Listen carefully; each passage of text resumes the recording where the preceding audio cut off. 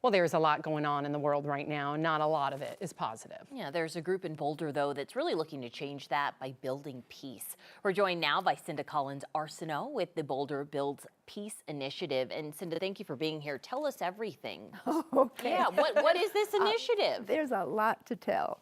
And so, as you know, a lot of our headlines these days are about violence and war and all the bad stuff. And yet for every violent thing that's happening, there are millions of acts of kindness and peace and love, and yet we don't often hear about them. So that's part of what we at the Boulder Rotary are wanting to do, to highlight all those good things that are happening and allow people to get to know it, to get involved, to be inspired, and to feel that they have a contribution that they can make. And so we have set up, it's 2 weeks worth of events, Boulder Builds Peace Initiative. So this is not just a one-time thing, but we're setting it up to continue. We want others to get involved too. And we're working with a lot of local organizations in Boulder, Naropa University, the University of Colorado, and a group called Peace on Earth by 2030. So we've all come together and organized a series of events that began on Sunday with the communication workshop. You know, how do we talk to each other, particularly when we have differences? We need to listen. We need to have empathy. Yeah. And there's a later living room conversations brings people together. I think that's so important to have, you know, discourse. You know, that's something that Alex and I really want to like push on our show, right? Even having uncomfortable conversations. Why do you think now? I mean, obviously, this is something that is hopefully going to have a lot of longevity, but do you feel that in this climate, spearheading it right now, how do you feel about that? Well, it's timely, I think. And the International Day of Peace, which is the UN thing, is September 21st, and they've been doing that for many years. So we're building on that and wanting people to know. And I think it's important that people have a sense of hope and an understanding that there are things happening, positive things that they can get involved in. And so on Saturday, we have a peace fair. And we have music playing the whole time in the band shell in Boulder. One of the bands is Selassie and the Fafa Band, a reggae band, and the Musical Ambassadors for Peace.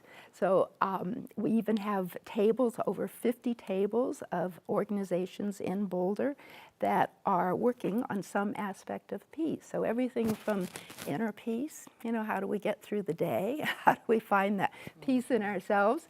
To marital peace and relationship peace, to global peace. And even Secure World Foundation is working on peace in space. So we cover the gamut of possibilities. It's really empowering because sometimes we need that, our thoughts to be redirected, because I think it's so easy to be inundated with all of the bad. And this is literally about just immersing yourself in the positivity because it is all around you if you look for it. Right, right, absolutely.